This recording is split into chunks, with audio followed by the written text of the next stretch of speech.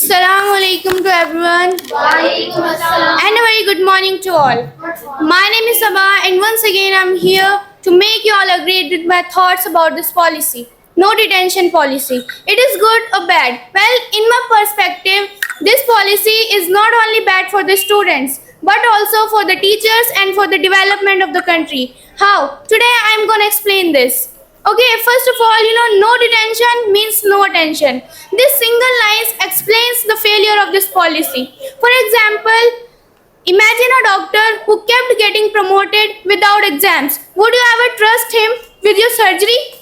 No, never. Nobody will. So, failure is not a curse. Failure is a stepping stone to the success. But when failure itself is removed, then how will the success be built? Of course, there will not be success. Now let's move to my first argument, that is about the weak basic. Okay, so according to the ASER 2022, only 42.8% of the students of 5th class were able to read the text of 2nd class. Okay, and in 2008, only 40% of the students were able to do division.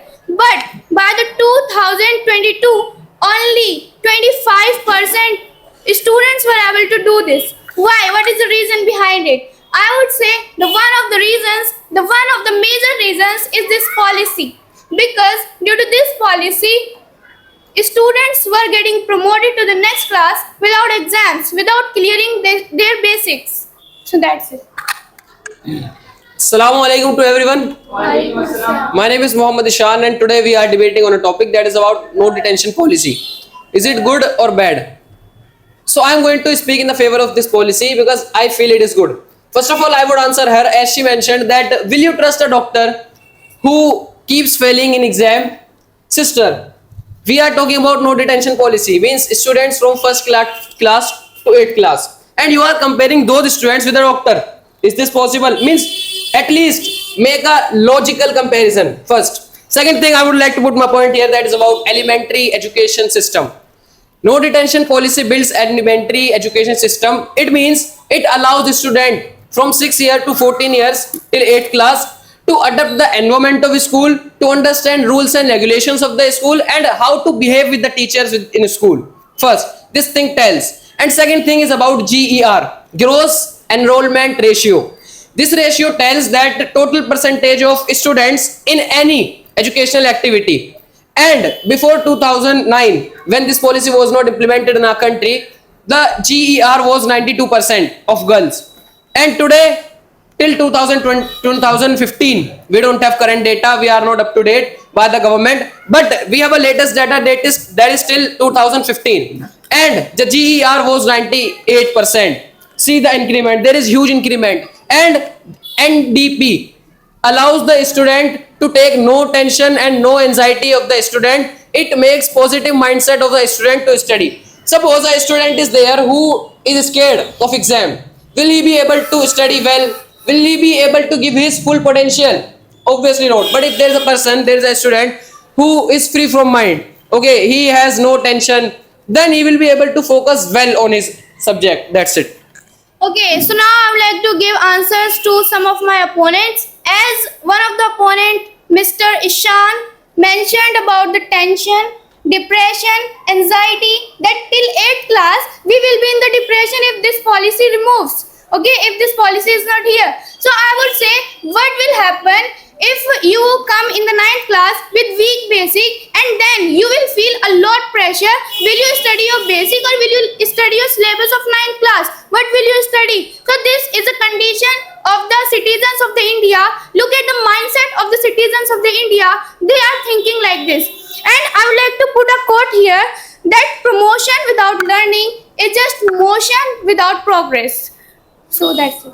Okay, as they are telling us that what kind of tension will be there in 7th, 8th class. Sister, I am not talking about the tension that, oh, I have tension, I should commit the suicide. No, not like that. There will be, you can say, there will be headache.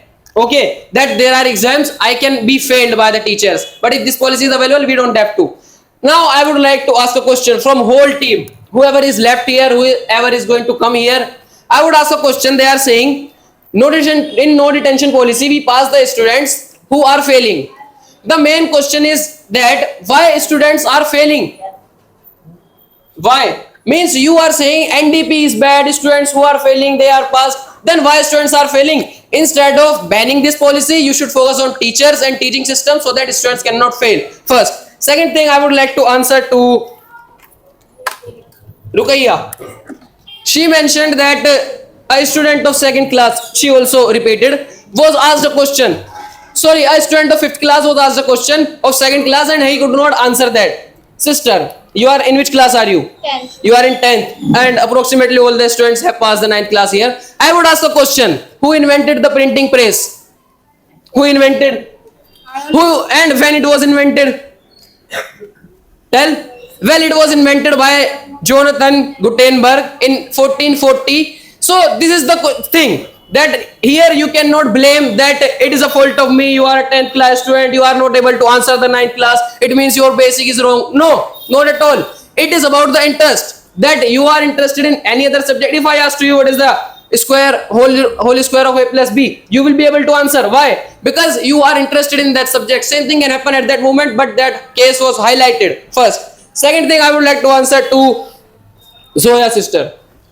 She mentioned that when we pass the students in 8th class, so they have no habit of working hard, and at the time of doing a competitive exam, it becomes problem for them. Sister, does it happen like this? In 8th class you are given a syllabus of 12th class and or competitive exam. I agree that it comes from 1st to 5th class, 1st to 8th class, syllabus is repeated in competitive exam, but it's not like that just after passing the 8th class you will be a IAS. No, not at all. It's not going to happen. Then why are we not giving a chance? We should give a chance to student, to children, to live their childhood peacefully. That's it. I want to speak more then. She has not anything to speak, so I want to answer. Arimsha sister, she mentioned that just because of this policy, this policy, this is unfair with the students who are working hard in the classroom and they are scoring better. What about them? Don't you think this is discrimination? Sister, as your team members have told you that in India, education is judged by the scores. So that's not the main thing and that should not happen. If a student has gotten the more marks, what does it mean? He is more intelligent? No. It can also happen he got those marks by cheating. It can also happen the person who got less marks, he has more knowledge. He has more developed mind than that person. It can also happen. Enough. And second thing, I would like to talk about the development of the country, as I talked that because of this, a country cannot develop. So some of my opponents were talking about the other countries, like foreign countries, like Finland and some other countries. In those countries, students are stress-free till 4th or 8th class. Okay, so I would say don't compare those countries with India, because in India, citizens of the India are very, very careless. If I talk about the Finland, so there each and every student is hardworking. Okay, they learn the value of time. They know the value of time. So everything is depend on the citizen.